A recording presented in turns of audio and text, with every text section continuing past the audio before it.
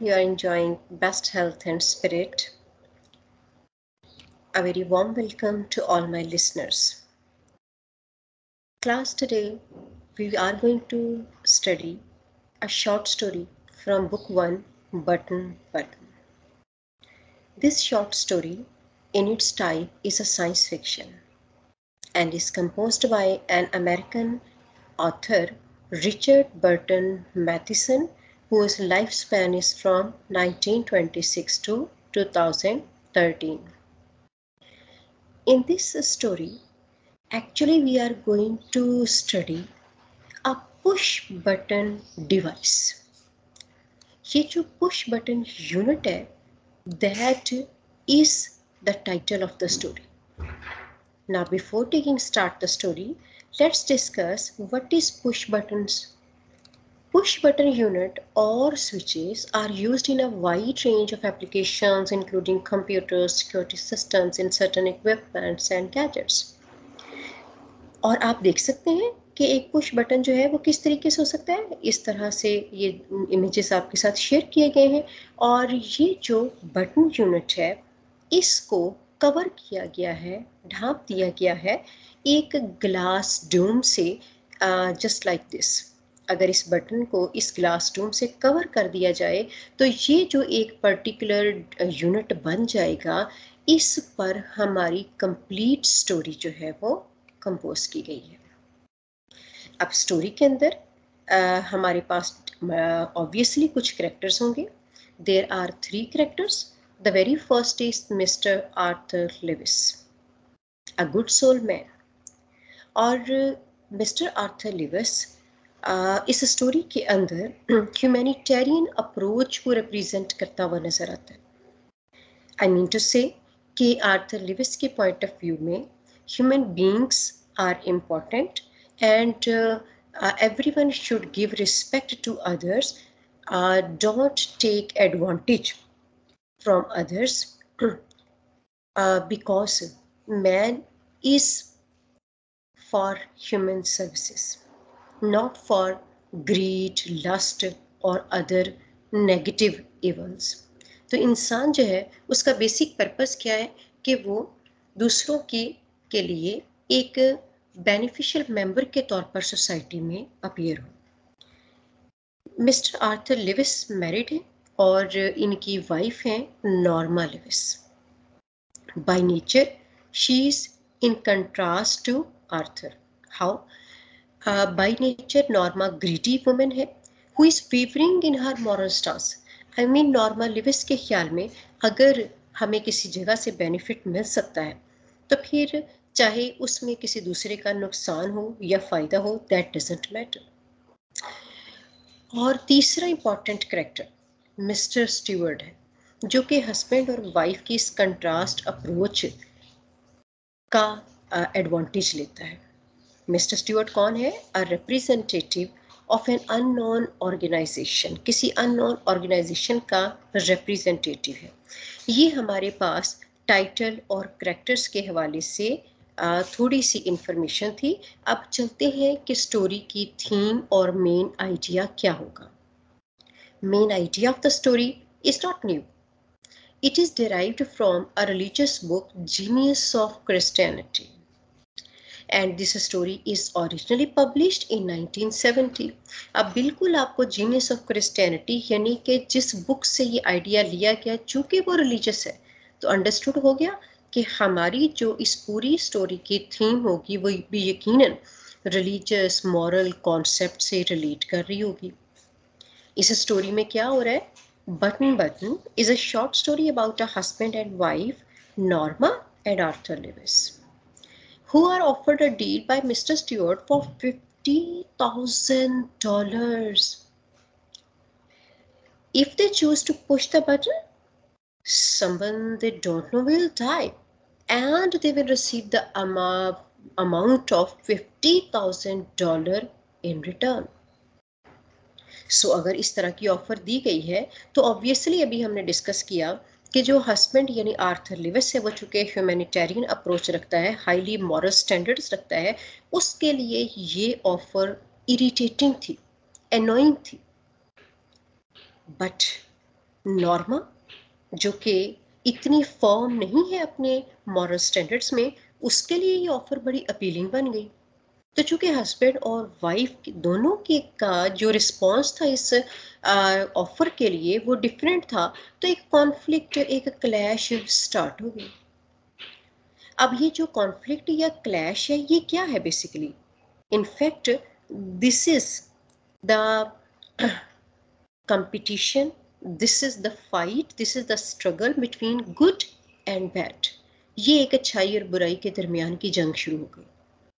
In this story, Mr. Stewart and Arthur Lewis represent the theme good versus evil. Arthur Lewis represents good by being moral voice who advises that pushing the button would go against all values possessed by him and his wife.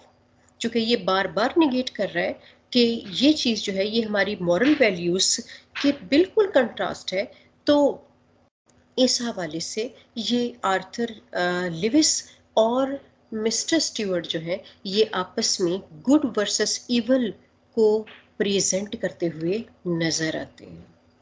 तो काफ़ी हद तक I hope so कि आपको story की outline clear हो गई, story में क्या कॉन्फ्लिक्ट क्लैश है वो क्लियर हो गया, उसके कैरेक्टर्स के बारे में पता चल गया। अब चलते हैं मेन स्टोरी की तरफ। जैसे कि आपको पता है कि शॉर्ट स्टोरीज में हमारे बोर्ड के पॉइंट ऑफ व्यू से जो क्वेश्चन आंसर्स होते हैं उनमें the most important is idiomatic translation. और ये जो इडियमेटिक ट्रांसलेशन जिसको आप बामुहावरा उर्दू तर्जमा भी कह सकते हैं, उसके लिए हमें इस स्टोरी को चूंकि वर्ड टू वर्ड पढ़ना होता है और इसलिए जो इस स्टोरी का क्लाइमैक्स है और जो इसका एंड है, जो उसकी फर्दर डिटेल्स हैं, उसको डिस्कस करने की ज़रूरत नहीं है। तो हम डायरेक्टली अपनी स्टोरी की तरफ जाते हैं। याद रखिए हमने इस स्टोरी को पढ़ना है ट्रांसलेशन का क्वेश्चन अटेम्प्ट करने के लिए, इसके साथ साथ हमारे सब्जेक्टिव पार्ट के जो फर्स्ट क्वेश्चंस हैं, शॉर्ट क्वेश्चंस आते हैं, वो शॉर्ट स्टोरीज में से होते हैं और उसमें से आपको 6 क्वेश्चंस अटेम्प्ट करना होते हैं अपने बोर्ड के पेपर के लिए। और अगर हम ऑब्जेक्टिव पेपर में की तरफ चलते हैं तो वहाँ पर ये जितनी भी हमारे पास शॉर्ट स्टोरीज हैं इनमें से सिनोनिम्स और एमसीक्यूज इंपॉर्टेंस रखते हैं, और इसके साथ शॉर्ट स्टोरीज में से पंक्चुएशन की लाइंस भी आएंगी। तो इस तरह मल्टीपल क्वेश्चंस हैं जिनको हमने इन शॉर्ट स्टोरीज के अंदर से प्रिपेयर करना होता है ताकि हम सक्सेसफुली अपने बोर्ड के पेपर को अटेम्प्ट कर सकें। तो हम स्टार्ट करते हैं ट्रांसलेशन के साथ। आप बिल्कुल अटेंटिव रहिए और चेक कीजिए कि किस तरह से ये इडियमेटिक एक्सप्रेशन जो है वो आपके लिए मार्क्स ज़्यादा बेहतर बना सकता है। The package was lying by the front door. Package, the very first word, चूंकि हमने साथ साथ सिनोनिम्स भी करने हैं तो आपको स्क्रीन पर साथ नजर आ रहे हैं। पैकेज क्या है? पैकेज एक पार्सल कह सकते हैं आप, ठीक है, इसको बंडल कह सकते हैं। अब ये चूंकि बंडल है, पार्सल है, पैकेज है, सारे ही इंग्लिश वर्ड्स हैं, तो हम इनमें से कोई भी एक वर्ड, फॉर एग्जांपल मैं पार्सल सेट करने लगी हूँ, आप इसके अलावा कोई और लफ्ज़ भी इस्तेमाल कर सकते हैं। पार्सल वॉज लाइंग, पड़ा हुआ था। By the front door, front door क्या होता है? मेन एंट्रेंस, ठीक है, जिसको आप बैरूनी दरवाज़ा कह सकते हैं या फिर सदर दरवाज़ा, मरकज़ी दरवाज़ा, यानी किसी भी रिहाइशगाह में एंटर होने के लिए जो मरकज़ी मेन गेट होगा, जो डोर होगा, उसको हम फ्रंट डोर कहेंगे। तो पार्सल सदर दरवाजे के करीब पड़ा हुआ था। आगे आपके पास डैश का यूज़ आ गया। जब कभी आपके सेंटेंस में कोई एक आध वर्ड ऐसा हो जिसकी फर्दर डिटेल्स रिक्वायर्ड हो तो फिर फुल स्टॉप की बजाय अगले सेंटेंस को हम जो है वो डैश से स्टार्ट करेंगे। A cube shaped carton, cube shaped carton, carton जो है वो असल में वही पैकेज या पार्सल की बात आ रही, तो इस वजह से मैं इस कार्टन को पार्सल की सेंस में ट्रांसलेट कर रही हूँ। क्यूब शेप्ड क्या होता है जी? हैविंग 6 इक्वल सर्विसेज, यानी मकाब शक्ल का, मकाब शक्ल का पार्सल। सील्ड, सील्ड मतलब फास्टेंड, ठीक है, क्लोज्ड, बंद किया गया था। विद टेप, शफाफ टेप की मदद से। अब यहाँ तक की ट्रांसलेशन को आप डायरेक्टली एक सेंटेंस में कन्वर्ट करेंगे। शफाफ टेप से चस्पा किया गया एक मकाब शक्ल का पार्सल सदर दरवाजे के करीब पड़ा हुआ था। देयर नेम एंड एड्रेस, उनके नाम और पता प्रिंटेड बाय हैंड, हाथ से तहरीर किए गए थे। Mister and Mrs Arthur Lewis, mister को हम मिस्टर भी कह सकते हैं, इसके अलावा मोहतरम और मोहतरमा आर्थर लिविस भी लिख सकते हैं। 217E यानी 217E, 37 स्ट्रीट, गली नंबर 37, न्यूयॉर्क, न्यूयॉर्क, न्यूयॉर्क 10016। ये क्या है? जिप कोड है, पोस्टल जो कोड होते हैं उसको कहा गया। इस वजह से ये न्यूयॉर्क सेकंड टाइम है क्योंकि ये पोस्टल कोड के लिए है। हम दोबारा से लिखेंगे New York 10016। Norma picked it up, pickup करने का मतलब क्या है? लिफ्टेड, उठाया। नॉर्मा ने इसे उठाया। अनलॉक द डोर, दरवाजे का कुफल खोला या ताला खोला। And went into the apartment, apartment के लिए वर्ड टेनेंसी आ सकता है या सेट ऑफ रूम्स आ सकता है। अब देखें, जो टेनेंसी होती है, जो अपार्टमेंट होते हैं, जो हम फ्लैट कहते हैं, जिसको घर कहते हैं, विला कहते हैं, ये सारे डिफरेंट वर्ड्स हैं जो कि रेजिडेंशियल पॉइंट ऑफ व्यू से डिफरेंट सेंस कन्वे करते हैं। तो हम डायरेक्टली अपार्टमेंट को अपार्टमेंट भी ले सकते हैं, या फिर अगर जनरलाइज करना है तो रहायशगाह कर लीजिए। मैं फिलहाल इसको डायरेक्टली अपार्टमेंट की तरफ लेके जा रही और अपार्टमेंट में चली गई। It was just getting dark, अंधेरा अभी छा ही रहा था। आपके सामने ट्रांसलेशन जितनी मैंने आपको पढ़ाई है वो सारी की सारी सामने आ गई है। फीते से जोड़ा गया एक मकाब शक्ल का पार्सल सदर दरवाजे के करीब पड़ा हुआ था। उनके नाम और पता हाथ से तहरीर किए गए थे, mister and Mrs Arthur Lewis, या फिर आप इसको क्या कह सकते हैं, मोहतरम और मोहतरमा आर्थर लिविस। 217 गली नंबर 37, न्यूयॉर्क, न्यूयॉर्क 10016। नॉर्मा ने इसे उठाया, दरवाजे का ताला खोला और रिहाइशगाह में या अपार्टमेंट में चली गई। अंधेरा अभी छा ही रहा था। आई होप सो आपने फर्स्ट पैराग्राफ को सही से अंडरस्टैंड किया।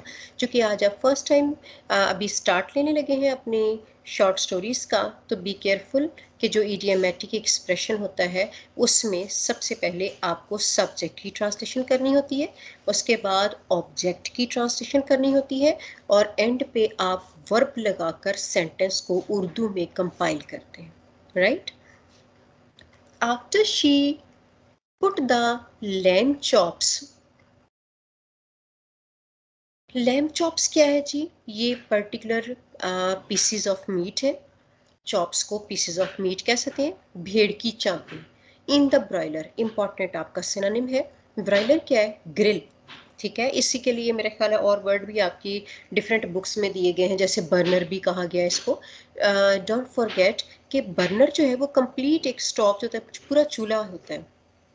जो ब्रॉयलर है ना, जो ग्रिल है, आहनी जाली, वो पूरे चूल्हे का एक हिस्सा होता है, जिसको आप आहनी जाली उर्दू में बोलेंगे, लिखेंगे।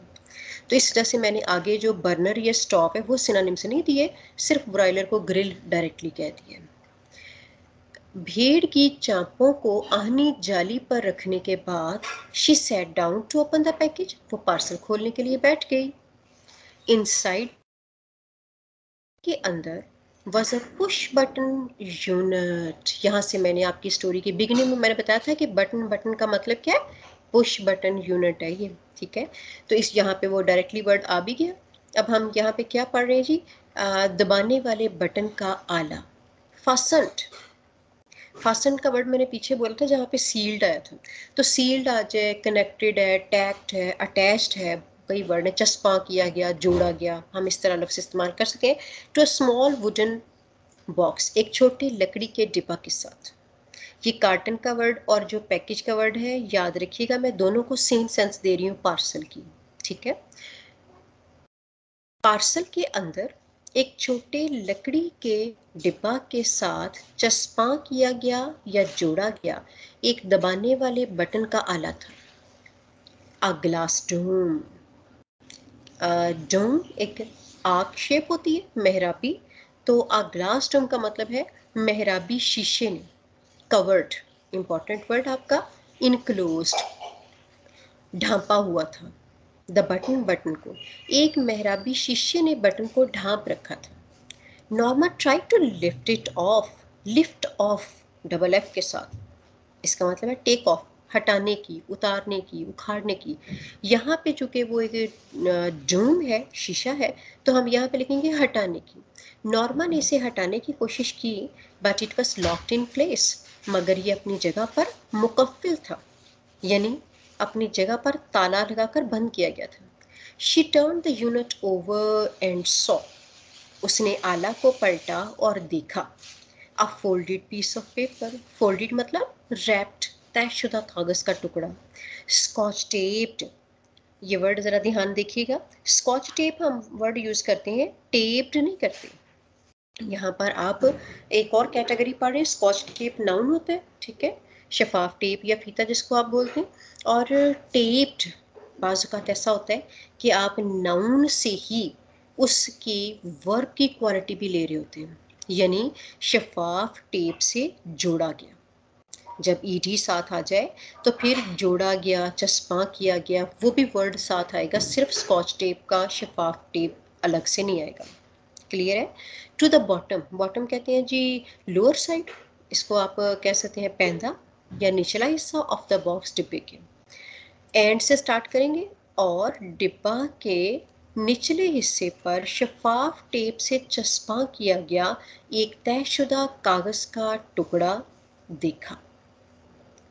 याद रखिए, जब आपने ट्रांसलेशन करनी है तो सबसे पहले आपका सब्जेक्ट होगा, उसके बाद आपका ऑब्जेक्ट होगा और लास्ट में आपका वर्ब होगा। और अगर आपका सेंटेंस बहुत लॉन्ग हो तो जो सब्जेक्ट या वर्ब ऑब्जेक्ट लॉन्ग है, आप उनकी बैक ट्रांसलेशन करेंगे। स्टार्ट करते हैं आगे। After she put the lamp chops in the broiler, ये दोबारा से पैसेज आपके पास आ गया और इसकी ये ट्रांसलेशन भी सारी की सारी जो अभी के अभी मैंने आपको पढ़ के सुनाई थी वो यहाँ पर उर्दू ट्रांसलेशन के साथ भी आपके लिए विजिबल है। नेक्स्ट देखते हैं। शी पुल्ड इट ऑफ, उसने इसे उतारा, यानी किसको उतारा? वो जो तयशुदा कागज का टुकड़ा था, ठीक है। उस पर क्या लिखा हुआ था? Mister Stever will call on you at 8 PM। Call on, call के साथ हम call at, call on, call for इस्तेमाल कर सकते हैं। कॉल ऑन का मतलब होता है मीट समवन, ठीक है, किसी शख्स से मिलना। एट 8 टाइम के लिए आया। PM पोस्ट मेरिटियम, एंटी मेरिटियम हमारी टाइम की डिस्टिंक्शन होती है, यानी AM और PM से रिलेटेड सुबह और शाम की। तो यहाँ पर PM का मतलब हम उर्दू में ले सकते हैं शाम। मिस्टर स्टीवर्ट शाम 8 बजे आपसे मिलने आएंगे। Norma put the button unit beside her on the couch. Couch, sofa, settee, ये सारे डिफरेंट आर्टिकल्स ऑफ फर्नीचर हैं। चूंकि ये पर्टिकुलर प्रॉपर नाउन है तो इसकी ट्रांसलेशन नहीं होती। काउच को काउच भी कह सकते हैं, अलबत्ता आपकी कुछ हेल्प की बुक्स में सोफ़ा लिखा हुआ है। हालांकि अगर आप गौर करें तो सोफ़ा भी इटसेल्फ इंग्लिश ही का वर्ड है, तो ट्रांसलेशन तो फिर भी नहीं बनती। तो इस तरह से मैं यहाँ पे डायरेक्टली काउच ही पढ़ा रही हूँ। नॉर्मा ने बटन वाला आला अपने करीब काउच पर रखा। शी री रेड, उसने फिर से पढ़ा या दोबारा पढ़ा। द टाइप्ड नोट, दर्ज शुदा तहरीर को। स्माइलिंग, मुस्कुराते हुए, उसने मुस्कुराते हुए दर्ज शुदा तहरीर को दोबारा पढ़ा। A few moments later, चंद लम्हात के बाद, she went back into the kitchen to make salad. वो सलाद बनाने के लिए बावर्ची खाना में वापस गई। The doorbell rang at 8 o'clock. 8 बजे दरवाजे की घंटी बजी। I'll get it, Norma called from the kitchen. Norma बावर्ची खाना से पुकारी, मैं देखती हूँ। जैसे हम किसी को कह रहे होते हैं ना कि मैं ये काम कर लेती हूँ, तो ऊंची आवाज़ से बताना चाह रहे थे कि आप रहने दो, मैं उठ जाती हूँ, बिल्कुल ऐसे। और यहाँ पे आपने नोटिस किया कि इंग्लिश चल रही है I will get it future, लेकिन मैंने ट्रांसलेशन क्या करवाई है, मैं देखती हूँ, यानी कि प्रेजेंट। तो याद रखिए, हमारा फ्यूचर का वो एक्शन जिसको जिस वक्त आप बोल रहे हैं उसको करना भी उसी वक्त स्टार्ट कर दें, यानी इमीडिएट जो आपका रिस्पॉन्स होता है, जो आपका एक्शन होता है, जो हैपनिंग होती है, उसको आप इंग्लिश में तो फ्यूचर इंडेफिनिट में ले रहे हैं मगर ट्रांसलेशन उसकी प्रेजेंट होगी। Arthur was in the living room reading, और वो किसको ये बताना चाह रही थी कि मतलब मैं देख लेती हूँ आर्थर। आर्थर कौन है? उसका हस्बैंड है। और वो कहाँ पे था? Living room. लिविंग रूम को हम पार्लर कह सकते हैं, दीवान खाना, बैठक नुमा कमरा होता है ना हमारा, जो कि उसको कहेंगे। रीडिंग पढ़ रहा था या मुतालिया कर रहा था? आर्थर दीवान खाना में मुतालिया कर रहा था या पढ़ रहा था। और नेक्स्ट जो है वो वंस अगेन आपके पास सारी की सारी ट्रांसलेशन आ गई है, जिसको मैंने अभी आपको पढ़ के सुनाया। तो आप इससे हेल्प लेकर अपनी उर्दू ट्रांसलेशन को ज़रा ज़्यादा बेहतर तरीके से प्रिपेयर कर लोगे। There was a small man in the hallway. राहदारी में, हॉलवे क्या होता है जी? कॉरिडोर, पोर्च, मैं मुख्तलिफ वर्ड्स ले रही हूँ। बहरहाल कॉरिडोर जो है वो एक डिफरेंट वर्ड होता है, हालांकि पोर्च अलग चीज़ है, हॉलवे अलग है। इंग्लिश में सबका थोड़ा थोड़ा फ़र्क तो है, लेकिन हम सिनोनिम्स में नियर टू मीन होते हैं, नॉट एग्जैक्ट मीन। तो देयरफॉर, और मैंने यहाँ पे करना क्या? राहदारी। राहदारी में एक छोटे कद का आदमी था। He removed his hat as Norma open the door. अच्छा, हमारे पास मैंने ये तो बता दिया कि एक सेंटेंस की ट्रांसलेशन में आपने सब्जेक्ट पहले करना है, फिर उसके बाद ऑब्जेक्ट करना है, फिर वर्ब करना है।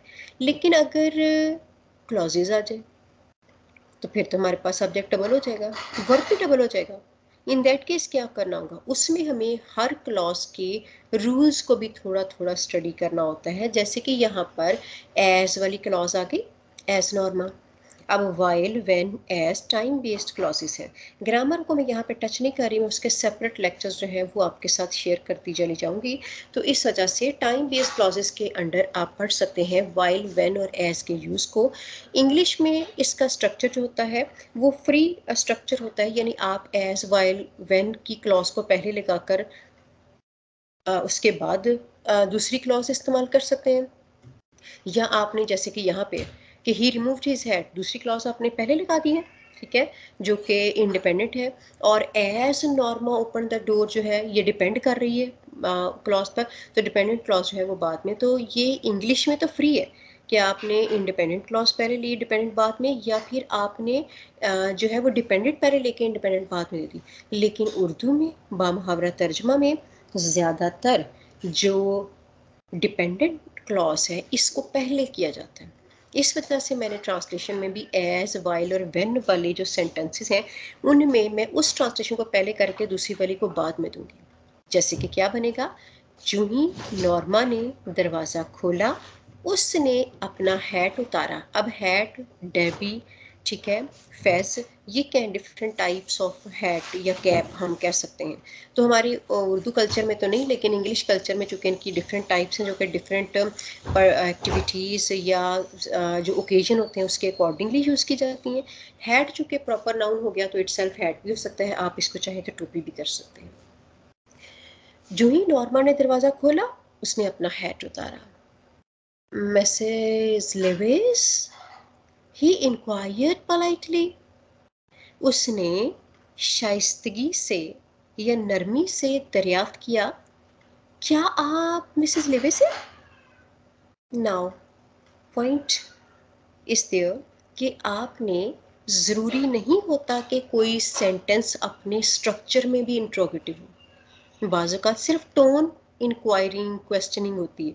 जैसे कि यहाँ पर था, क्या पढ़ा है मैंने अभी? मिसेस लेविस, ही इंक्वायर्ड पोलाइटली। तो मिसेस लेविस है तो बिल्कुल एक सिंपल वर्ड, हमें नहीं पता चल रहा कि ये कोई क्वेश्चन है, लेकिन आप देखिए, यू सी, क्वेश्चन मार्क आ रहा है। तो आपने चूंकि पंक्चुएशन भी करनी है, तो इस वजह से ये जो आपकी टोन है ना, ये भी बहुत मैटर करती है ट्रांसलेशन की पंक्चुएशन को हैंडल करने के लिए। तो हम यहाँ पर जो क्या आपका लफ्ज़ है ना, उसको विद इन ब्रैकेट कर लेंगे। कुछ ऐसे सेंटेंसेस होते हैं जो कि देखें जब डायलॉग की फॉर्म में है ना, डिलीवर किए जा रहे हैं, तो हम शॉर्ट फॉर्म लेते हैं। लेकिन जहाँ पे हम उसकी एक्सप्लेनेशन या ट्रांसलेशन समझाने के या पेपर पॉइंट ऑफ व्यू में रिटर्न दे रहे हैं, बोल नहीं रहे, डायलॉग की डिलीवरी नहीं हो रही, सिर्फ आप रिटर्न स्टेटमेंट दे रहे हैं, तो उस वक्त उसकी सेंस क्लियर करने के लिए कुछ एडिशनल वर्ड्स भी ऐड किए जा सकते हैं। अलबत्ता उनके एडिशन में आप छोटी जो ब्रैकेट होती है ना, स्मॉल ब्रैकेट, वो आप यूज़ करेंगे ताकि सेंस भी क्लियर रहे और जो है वो पंक्चुएशन मार्क भी हमें याद करने में आसानी हो जाए। फॉर एग्जांपल यहाँ पे मैंने वैसे लिखा तो क्या है, मिसेस लेविस, या मोहतरमा लिविस। तो मैंने यहाँ पे क्या करवाना है, क्या आप मिसेस लिविस हैं। अब ये जो क्या आपका लफ्ज़ है इसको मैं विद इन ब्रैकेट कर दूंगी। तो जब ये क्या आपका लफ्ज़ आ जाएगा, आप उर्दू ट्रांसलेशन याद की होगी आप सारे बच्चों ने, तो आपको बिल्कुल क्लियर हो जाएगा फौरी तौर पर देख कर के यहाँ पे मैंने फुल स्टॉप नहीं बल्कि क्वेश्चन मार्क लगाना है। और नेक्स्ट भी एक्सप्रेशन चेक करें, यस नाउ अनदर क्वेश्चन। अब देखें यस तो हम कहते हैं जवाब में, हाँ में, अब लेकिन यहाँ पे फिर क्वेश्चन मार्क आ गया। इसका मतलब ये है कि यस भी कई तरह का हो सकता है। फॉर एग्जाम्पल मैंने आपसे कहा पार्टी करते हैं, आओ बाहर चलते हैं, और आप कहेंगे यस। मैंने आपसे कह दिया बीइंग अ टीचर, बच्चे कल आपने ये लेसन याद करके आना, तो आप कहेंगे यस मैम। और यहाँ पे इसकी टोन क्या है, यस। आई मीन कि डिफरेंट जो टोन होती है वो भी हमारे वर्ड्स के मीनिंग्स और ट्रांसलेशन पर इफेक्ट डालती है। तो वर्ड सिर्फ एक मैटर नहीं करता, बल्कि वो किस कॉन्टेक्स्ट में यूज़ किया गया है वो भी मैटर करता है ट्रांसलेशन में भी। और ऑब्वियसली उसके अकॉर्डिंगली आपको पंक्चुएशन साइन भी इजीली याद हो जाएगा। तो इसलिए यहाँ पर मेरी ट्रांसलेशन अगर मैं लिखूँ जी हाँ, तो क्वेश्चन मार्क लगाने की ज़रूरत नहीं है। लेकिन मैंने यहाँ पे क्या करवाना है, एडिशनल वर्ड करवाऊंगी, जी हाँ मगर। अब ये जो मैंने मगर का लफ्ज़ बोला ना, इसको विद इन ब्रैकेट कर लीजिए, फिर इसके एंड पे क्वेश्चन मार्क लगा दीजिए। यानी वो क्या कहना चाह रही है कि जिस आदमी का चेहरा वो पहली दफ़ा देख रही है वो हैरान है कि इसको मेरा नाम पता है, लेकिन वो उसको नहीं ना पता कि ये आने वाला कौन है। इसलिए उसने कहा जी हाँ मगर, वो कहना क्या चाह रही है, आप कौन हो। उसने पूरा बोला नहीं है, इस वजह से क्वेश्चन मार्क आया। और आगे से उसने उसकी टोन से, उसके बोलने से समझ लिया, तो फौरी आगे जवाब दिया, अपना अपना इंट्रोडक्शन हुआ, आई एम मिस्टर स्टीवर्ट, मैं मिस्टर स्टीवर्ट हूँ। Oh, yes. Norma repressed a smile. Norma ने मुस्कुराहट दबाई। रिप्रेस्ड का वर्ड हमारा इंपॉर्टेंट वर्ड है, ओप्रेस्ड भी आ सकता है, सप्रेस्ड भी आ सकता है, दबाना, ठीक है। यानी जब आप खुल के किसी के सामने, ज़ाहिर है कोई अननोन बंदा हो तो हम अपने जो फीलिंग्स हैं वो ओपनली नहीं एक्सप्रेस कर पा रहे होते ना, तो इस तरह से नॉर्मा ने मुस्कुराहट दबाई।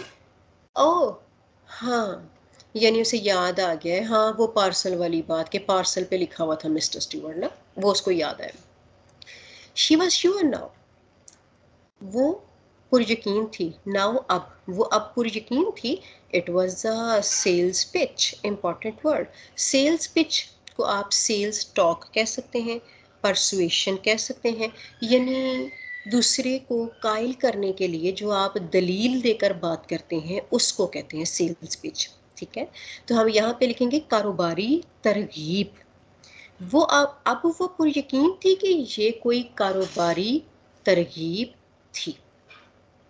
ये सारी की सारी जो ट्रांसलेशन मैंने अभी आपको करवाई, अब आपके पास वो स्क्रीन पर नज़र आ रही है। आप यहाँ से हेल्प लेकर इसको थोड़ा और बेहतर कर सकते हैं। आई मीन हमारे चूँकि ज़्यादातर स्टूडेंट्स ऐसे होते हैं जिनकी उर्दू थोड़ी वीक है, तो वो इससे हेल्प लेकर अपने स्ट्रक्चर को और बेहतर बना सकते हैं। May I come in, asked mister Stewart. Mister Stewart ने पूछा, क्या मैं अंदर आ सकता हूँ? I'm rather busy, Norma said. Rather, somewhat, somehow. Norma ने कहा, मैं ज़रा मसरूफ़ हूँ। Don't you want to know what it is? क्या आप जानना नहीं चाहती कि पार्सल में क्या है? यानी वो पीछे जो पार्सल इट आया ना, what it is, it stands for parcel जो उसको भेजा गया था घर पे। क्या आप जानना नहीं चाहती कि पार्सल में क्या है? अब ये बात उसने थोड़ी लाउड बोली है, क्योंकि नॉर्मा ने क्या किया है, वहाँ पे खड़ी हुई है और उसको कह रही है आई एम रादर बिजी, मैं ज़रा मसरूफ़ हूँ, साथ ही पीछे मुड़ गई कि मैंने बात नहीं करनी आपसे। अब वो उसको रोकने के लिए जो है वो थोड़ा ऊंची आवाज़ में बात करने लगा है, उसका रेफरेंस देने लगा है कि मैं तुमसे क्या बात करने लगा हूँ। अब ये जो उसकी लाउड टोन थी ना, ये नॉर्मा को अच्छी नहीं लगी। चूँकि आपका फर्स्ट क्वेश्चन यही बनता है कि नॉर्मा को मिस्टर स्टीवर्ट की टोन ऑफेंसिव क्यों लगी थी। तो हम यहाँ पे अभी पढ़ने लगे हैं, इसलिए कि उसने लाउड होकर बात कर दी थी, ज़्यादा ऊंची आवाज़ में उसको मुखातिब करना चाहा था। तो इस वजह से नॉर्मा टर्न्ड बैक, नॉर्मा पलटी। पलटना क्या होता है? वापस या पीछे मुड़ना, वो भी लिख सकते हैं। नॉर्मा पीछे मुड़ी। Mister Stuart's tone had been offensive. Tone, voice, attitude, accent different words है, लेकिन वही बात कि हम तो नियर टू मीन भी होते हैं सिनोनिम्स में, तो हम यहाँ पर टोन को एक्सेंट कह सकते हैं। लहजा, मिस्टर स्टुअर्ट का लहजा had been offensive, important word. Annoying, इसको आप इरिटेटिंग भी कह सकते हैं, ठीक है। ऑफेंसिव जो वर्ड है, इसको हम इश्ताल अंगेज, जारहाना या गुस्सा दिला देने वाला कहेंगे। मिस्टर स्टुअर्ट का लहजा इश्ताल अंगेज था या फिर जारहाना था, या अगर सिंपल करना है तो गुस्सा दिला देने वाला था। No, I don't think so, she replied. उसने जवाब दिया, नहीं, मैं ऐसा नहीं समझती। ठीक है, कैसा नहीं समझती? कि मुझे जानने की परवाह ही नहीं है। वो ये कहना चाह रही है, नहीं मुझे इसकी ज़रूरत नहीं। हम ट्रांसलेशन ये भी कर सकते हैं, किसकी ज़रूरत नहीं, क्योंकि उसने आई डोंट थिंक सो किसका आंसर किया है। ये जो ऊपर क्वेश्चन था, don't you want to know what it is, तो व्हाट इट इज़ के लिए उसने बताया कि मुझे इसकी ज़रूरत नहीं, मुझे इसकी परवाह नहीं। और ट्रांसलेशन वंस अगेन आपकी स्क्रीन पर आपके साथ इधर शो हो रही होगी। It could prove very valuable, ये बहुत फ़ायदेमंद साबित हो सकता है। चूँकि पार्सल का लफ्ज़ बोला था ना मैंने, तो इस वजह से मैंने उसको मुज़क्कर में कर दिया। ये बहुत फ़ायदेमंद साबित हो सकता है। ही टोल्ड हर, उसने उसे बताया। याद रखिए, इडियोमैटिक एक्सप्रेशन के अंदर ये जो इन्वर्टेड कॉमास की ट्रांसलेशन है, ये बाद में की जाती है। और ये जो रिपोर्टिंग वर्ब, एक रिपोर्टिंग वर्ब और एक रिपोर्टेड स्पीच होता है ना, तो हमारी इंग्लिश में तो फ्री स्ट्रक्चर होता है। हम चाहे रिपोर्टिंग वर्ब को पहले लिख के रिपोर्टेड स्पीच बाद में लिखें, या रिपोर्टेड स्पीच को पहले देके रिपोर्टिंग वर्ब बाद में लिखें। लेकिन आप उर्दू में कोशिश कीजिएगा ट्रेडिशनल स्टाइल के मुताबिक बामुहावरा तर्जमा में, कि जो रिपोर्टिंग वर्ब है ना उसकी ट्रांसलेशन पहले करें। फॉर एग्जाम्पल यहाँ पे रिपोर्टिंग वर्ब क्या है? ही टोल्ड हर, उसने उसको बताया। ये बहुत फ़ायदेमंद साबित हो सकता है। वैल्यूएबल मतलब बेनिफिशियल। अच्छा, मैं आपके साथ पहले ना वो स्क्रीन पे शेयर नहीं करी ट्रांसलेशन। इसका मतलब ये है कि मैं चाहती हूँ कि आपकी फुल अटेंशन मेरे लेक्चर और मेरे आइडियाज़ के साथ साथ चले। उसके बाद जो आपको हेल्प चाहिए, उस हेल्प के लिए मैंने वो ट्रांसलेशन अपनी नेक्स्ट स्लाइड में डाली हुई है। क्लियर है? ताकि यहाँ पे आपका फोकस मेरे वर्ड्स पे हो, बजाय इसके कि आप सिर्फ वो नीचे उर्दू वाली लाइंस को रट्टा लगाई जा रहे हो। ये कोई क्रैमिंग वाला पॉइंट नहीं है। क्रैमिंग करनी भी हो तो याद रखिए आफ्टर अंडरस्टैंडिंग होता है। तो मैं यहाँ पे आपको वो क्लियर करवाना चाह रही हूँ, ताकि आपकी स्टोरीज जो हैं, चूँकि 15 शॉर्ट स्टोरीज हैं और सारी ट्रांसलेशन रट्टा लगा के याद नहीं करनी, हमने समझ के करनी है कि किस वर्ड को किस तरह से ट्रांसलेट करके या किस सेंटेंस को किस तरह मोल्ड करके आप बामुहावरा तर्जमा की तरफ जा सकते हैं। तो चलिए दोबारा आगे चलते हैं। मनीटरीली शी चैलेंज्ड। मनीटरीली, मनी से लिया गया वर्ड है, पैसे से, ठीक है। मनीटरीली, आई मीन फाइनेंशियली हम लगा सकते हैं। शी चैलेंज्ड, उसने तस्दीक चाहिए। Challenge mean asserted, claimed. उसने तस्दीक चाहिए क्या? माली तौर पर। अब यहाँ पे क्या का लफ्ज़ आया नहीं है, ठीक है, लेकिन चूंकि मनीटरीली के बाद क्या आ रहा है? Question mark. तो उसको जस्टिफाई करने के लिए अगर क्या का लफ्ज़ उर्दू में भी आप साथ लगा के ट्रांसलेशन कर लेंगे, तो याद रखें जब इंग्लिश में पंक्चुएशन आती है, तो उसमें अगर आपको उर्दू याद आ जाए और मेरा एक्सेंट याद आ जाए और मेरा राइज एंड फॉल याद आ जाए, तो आपको अल्टीमेटली पंक्चुएशन का साइन भी याद आ जाएगा। तो ये चीज़ें हेल्प करती है, इस वजह से मैं इसको ट्रांसलेशन में ऐड कर रही हूँ। अलबत्ता याद रखिए, मैं एडिशनल वर्ड्स को कैसे करवा रही हूँ? ब्रैकेट के अंदर करवा रही हूँ। क्या, क्या के लफ्ज़ को आप ब्रैकेट में करेंगे और आगे लिखेंगे माली तौर पर। Mister Stuart noted. Noted is what? Head motion to say yes. Head motion यानी हेड जेस्चर, आप सर को इनकार में भी हिला सकते हैं और इकरार में भी। तो जब आपने इकरार यानी पॉजिटिव रिस्पॉन्स देना हो अपने हेड जेस्चर के ज़रिए, उसको कहते हैं नोड, और अगर नेगेटिव देना तो उसे कहते हैं शुक। यहाँ पे क्या है? नोडिड, तो हम इसको हाँ में सर हिलाया या इस बात में सर हिलाया कह सकते हैं। मिस्टर स्टुअर्ट ने इस बात में सर हिलाया। मनीटरीली ही सेड, उसने कहा। और आगे ब्रैकेट में लिखें जी हाँ, और आगे लिखें माली तौर पर। नॉर्मा frowned. Frowned, scowled, important word है आपका। स्काउल्ड, तेवरी चढ़ाना, माथे पर बल आ जाना, ये क्या है? बॉडी जेस्चर्स हैं, ठीक है। नॉर्मा ने तेवरी चढ़ाई या नॉर्मा के माथे पर बल आ गए। She didn't like his attitude, उसने उसके तर्ज अमल को पसंद ना किया। What are you trying to say, she asked, उसने पूछा, क्या बेचने की कोशिश कर रहे हैं? I am not selling anything, he answered. उसने जवाब दिया, मैं कुछ बेच नहीं रहा हूँ। Arthur came out of the living room. Something wrong? Arthur दीवान खाना से बाहर आया। क्या कोई गड़बड़ है?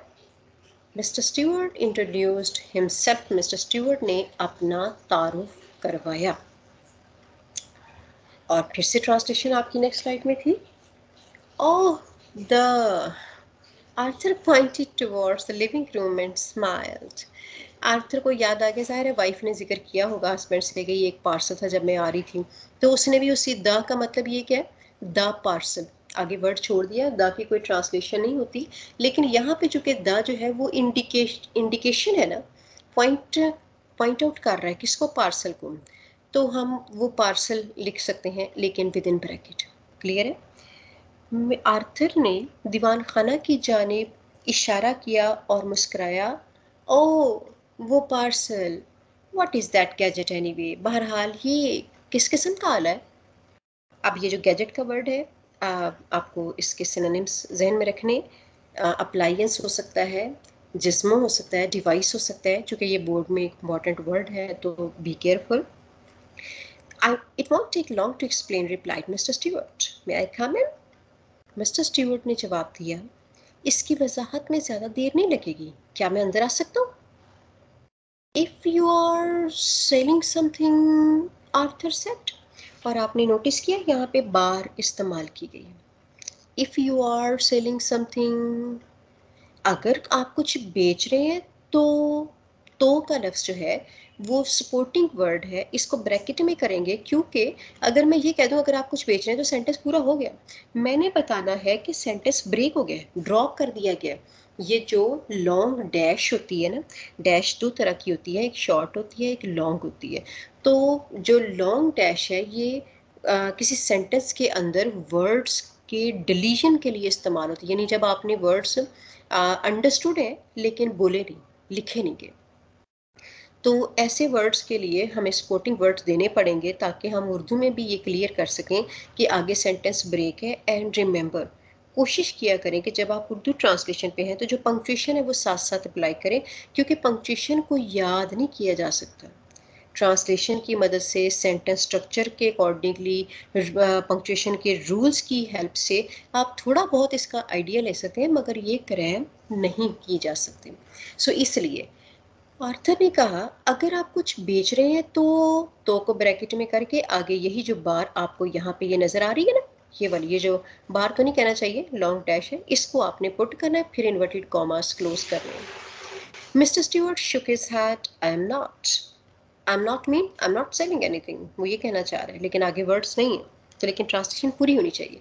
मिस्टर स्टीवर्ट ने इनकार में सर हिलाया, मैं कुछ बेच नहीं रहा हूँ। अब इसमें कुछ बेच का जो लफ्ज़ है ना वो विद इन ब्रैकेट कर दें। Arthur looked at Norma. Arthur ने नॉर्मा की जानिब देखा, क्योंकि नॉर्मा पहले बात कर रही थी, अब वो आइडिया नहीं कर पा रहा था कि क्या उसकी वाइफ इंटरेस्टेड है इस बात में या नहीं। तो इस वजह से उसने नॉर्मा की तरफ ना, हम कह सकते हैं सवालिया नज़रों से देखा, सिर्फ देखा नहीं है, इंक्वायरिंगली है। तो वो वर्ड यहाँ पे मेंशन नहीं है, आप चाहें तो उससे विद इन ब्रैकेट कर सकते हैं। आर्थर ने सवालिया नज़रों से नॉर्मा को देखा। Up to you, she said. और आगे उसने जवाब दिया, फौरन उसकी सवालिया नज़रों से उसका सवाल समझ के आगे रिस्पॉन्स दिया। क्या किया? उसने कहा, आपकी मर्जी है। Up to you mean depends upon you, आपकी मर्जी है या आप पर मुनहसर है। He hesitated, be reluctant, वो हिचकिचाया। Well, अच्छा, why not, क्यों नहीं, he said, उसने कहा अच्छा क्यों नहीं, मतलब ठीक है, आपको बंदा आपके घर में खड़ा है, वो कह रहा है थोड़ी मेरी बात सुन ले, तो अब उसी पॉइंट ऑफ व्यू से उसने कह दिया कि खैर क्यों नहीं। और आज के लेक्चर के लिए हमारी बस इतनी स्टेटमेंट्स काफ़ी थी, बाकी की डिस्कशन हम अपने अगले लेक्चर में करेंगे। मैं उम्मीद करती हूँ कि आपको सारी चीज़ें बिल्कुल सही सही समझ में आ गई हैं।